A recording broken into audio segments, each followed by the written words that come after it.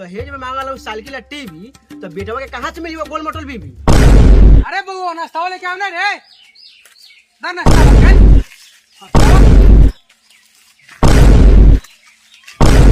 चल कितना गर्मी बा, किसका फोन आवत बा। हेलो। हां हेलो। हाँ बेलन भाई। हाँ हम बेलन भाई बोलत बानी। का हो खेलन भाई, फेन तू हमरा जोरे खेले लगला कि पूरा गांव में कोनो के हमरा नियर घर द्वार हई। रे बुढ़वा ज्यादा बोल न तो टेल तुम खोजो। नहीं ए बउआ काम करे जाता है, 3 ताला बनाए बा, बेटा के बियाह कर लेता है, जरूर लेवेला बा, चलो बउआ बनाओ मसाला बनाओ। देख नो मशीन थोड़े है। अच्छा आराम से करो।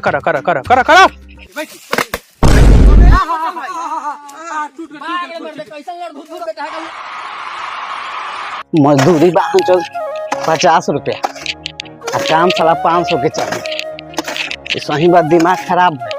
अरे सर अरे काम हाले ले कहानी कोई बड़े रे, साला फ्री का पैसा है रे। बता दो खरीद लिया है काम। काम कराओ तो कराओ ना, तो हम जाई थी छोड़ के चल। नहीं ए बउआ काम करे जाता है, 3 ताला बनाए बा, बेटा के बियाह कर लेता है, जरूर लेवेला बा, चलो बउआ बनाओ मसाला बनाओ। देख नो मशीन थोड़े है। अच्छा आराम से करो। गांव के लड़का दिन पर दिन बुढ़ाई जाइबा, हम ऐसे रहते हुआ हुआ के गांव के कोनो लड़का के बियाह है, साला गांव के नाम तो बदलावे न होई। बेलन भाई के लड़का बुढ़ाते बा और टेलन भाई के लड़का बुढ़ाते बा। बेलन भाई के लड़का के बेल दिए कि टेलन भाई के लड़का के टेल दिए, कौन कमीशन दीगी? चलो बेलने भाई के बेल दी थी, उहे अगुवाई के कमीशन दी है। साला बढ़िया से फोमे ने बैठोले बा, साला कामे ने करित बा, साला गांव में हम ही बन हो बेलन भाई। अरे बेटवा के रिश्ता तो कहीं चलवा कि नहीं? ने हो खेलन भाई, कहां भी कोनो बेटवा के रिश्ता उससे लेके अलवा। अबू अतवा कहाँ से? तू तो दहेज मांगल पूरा चाप के, कोई के तो चाय नाश्ता कराइबे नहीं करल हो, तो अतवा अबुआ कहाँ से? दहेज में मांगल साइकिल या टीवी, तो बेटवा के कहाँ से मिली वो गोल मोटल बीबी? का हो खेलन भाई, फेन तू हमरा जोरे खेले लगला कि पूरा गांव में कोनो के हमरा नियर घर द्वार हई, बताओ तो तू पहले। हमरा जेते नहीं पूरा जवार में कोनो के दान हई, देखा तो अभी घर में मैंने हाथ लगौले। अच्छा ठीक बा बेलन भाई, देखा तोर बेटवा का ही रिश्ता तो बतावई तोरा के, ठीक बा? अच्छा ठीक बा, रिश्ता लेके आई हो, आ दहेज चाप के दियो है, आ दहेज में कुछ जर्सी गायो दियो, तब नु दूध खाम चाप के।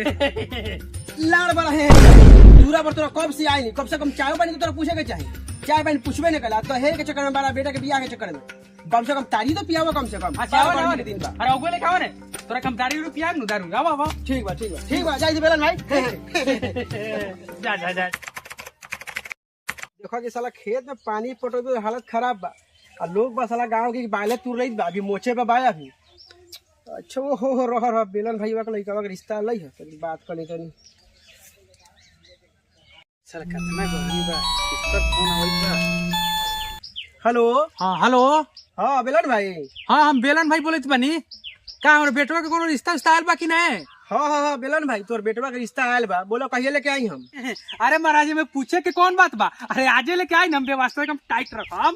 अच्छा ठीक बा, उन लोग हम फोन कर कह दी थी अभी आवेला लोग के। अरे ठीक बा, जल्दी आई लोग, जल्दी आई। अच्छा तो ठीक बा, व्यवस्था टाइट रखम, ठीक बा? लेकिन बार बार हे मत करम, ठीक बा नु? व्यवस्था एकदम टाइट रखम, बढ़िया आदमी बा सब, ठीक बा? हम लेके अबई थी, ठीक बा? बेटवा रे सज धज के तैयार हो, अगुआ ए बाबू कहले मजाक केले मर, आज तक ले जो अगुआ तुम तो भागिए गए, थोड़ा दहेजे के डिमांड के चलते अगुआ भाग जाले। नेरे बेटवा अब की तोर अगुआ ई खेलन भाई करैत हो, अब की तोर बियाह सेट होइए जाई। अरे हम पियकड़े मारिया, तू दहेज के लालची होइए बड़ा, यही से अगुआ भाग जाले। ऐसन बात हवा न तो अब खेलन भाई के अगुआ में हमार बियाह होइए जाई। बेटा जल्दी तैयार हो, क्या उ लोग अभी तोरे देखे आवित बारन। चलो ठीक बा बाबू, तू जा नाश्ता उस्ता के व्यवस्था करो, ताले हम आवत नहीं। ठीक बा जल्दी तैयार हो, हम जाइत बानी नाश्ता के व्यवस्था करे। का हो खेलन भाई, हमरा दियर दादा ना बियाह करावे मर्द ले आला बे चली ने महाराज, बेटा पार्टी एकदम बढ़िया बा, दिलदार बा, चली यार बार मर्द ते कनी हे पैदल चले घामा में तो हालत खराब हो गेला। चली आ गई। अरे मर्द सरकार भैया ने रास्तों ने बनले हवा का पक्की सड़क, का करम सब उहे बा, खाली मकइये लौक खाली दियरे दादर में तोरा गोलिये करला मिलल हवा। चलो चली टेंशन मत ली, चली ने महाराज। इतना देर हो गए ला, कब आई हम लोग? अच्छा नाम लेते लोग आइए गल ना। आई प्रणाम बैठी लोग, आई खेलन भाई बैठी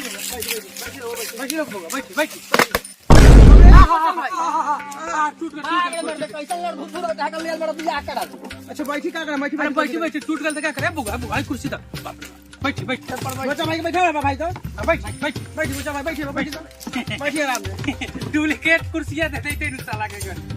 चली कहीं समाचार सब ठीक बा, आगे के काम कर जाओ। हाँ रुकी बेटवा होई बस तैयार बार होई कोई तैयार बढ़िया से काला के तनी भइल बानी हां कुटुम दहेज कितना दे हम बेलन भाई मजाक कलन है, इनकरा मजाक करे के आदत बा, इनकरा मजाक रुआ कैसा लागल ह? सब लड़ बानरे ही का रे सब हे के लड़के भइल है तो बुझाते न खई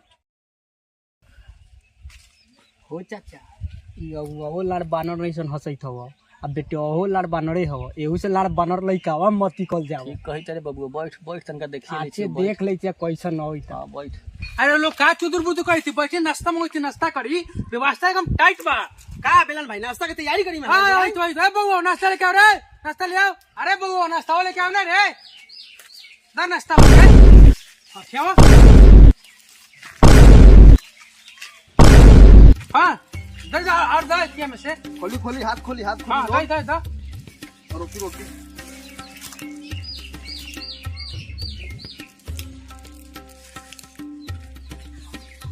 दा सब लोग का दा और दा खाई लोग अब का लाभ कर रहे खाई लोग नाश्ता ओके अब लड़का बोला के वही खाई अवई की तुरंत हम बोला के खाई लड़ बोला बे अरे मुंह बारन नाश्ता आई नाश्ता कौन नाश्ता कहीं हमरा बिगल कन बियाह करावे ले है चंडालती नहीं दुकान सब बंद है बाहर से मंगा के सब नाश्ता ही सब हे का लाड़ कले बड़ एकदम हे के जामल भइल बड़ा दुकान बंद है अगुवाई करे चलल कौना बिगल कन ले बड़ चंडालती नहीं बैठी वही कहां बैठी का रे अभी ले तैयार ना भइले दूरा पर कुटुम इंतजार करैत हमन हाँ बाबू 2 मिनट इंतजार कर तू चलो हम वही थी ठीक बा जल्दी आवा दारू रू मत पिए जान ले हम आइत बानी जल्दी आ अरे रोक ले तू पे के मार लेवे तो तब नु अगुआ से बतियावे में बने ओइस बा लइका ओइस बा नाश्ता कोले नहीं लोग नु हां नाश्ता तो भाई आओ लइका आओ अरे सर माना नु कहले रे दारू मत पी फिर सर तू दारू पी के आ गेले हां क्या बुढ़वा ज्यादा बोले न तो टेल देबे कि चल देबे कुटुम खोजो बे महाराज खुशी के चक्कर में दारू पी ले बाबू दारू कहीं थोड़ी पिए ले तू खुशी के चलते दारू पी ले बा हमरा के बकलंड बुझ गल बड़ा तनी उस तरह बबुओ 4 कुर्सी मारम सारे तोड़ा के या 2 कुर्सी मारम एकरा के सारा अगुवाई भुला दे हम तोहर चल एकरा कन बियाह कर हम चल पियक्कर लड़का कन बियाह करावे ले आलन इस सर पियला के चलते हमर इज्जत खराब हो गई कतना अगुआ भाग गल सर समझ में नहीं बा कि सर के बियाह हो कि कुंवारे मर गए चल सर ए बेलन भाई बैठी चलते इज्जत खराब है देगे तोरा पहले उसे मिला बा इज्जत खराब होइत भागन सर की 4 रात बैठी महाराज किसी आई मत जो सर हम नजर के सामने से जल्दी भाग ना तो सर चप्पल से मार जल सर जाई थी बहन के सर इज्जत खराब कर जाई थे बेटी इज्जत कुंवारे लिखल हो तोर जिंदगी ए बेलन भाई लड़का के सुधारा तू संस्कार बढ़िया दा तब दोसर जाके अगुआ बोला ठीक बा व्यवस्था तनी टाइट रखो ठीक बा आ तनी सुन लेगो बात अब की अगुआ लेके आमी हां तो कोकड़ा बढ़िया बनवा के रखिया नदी के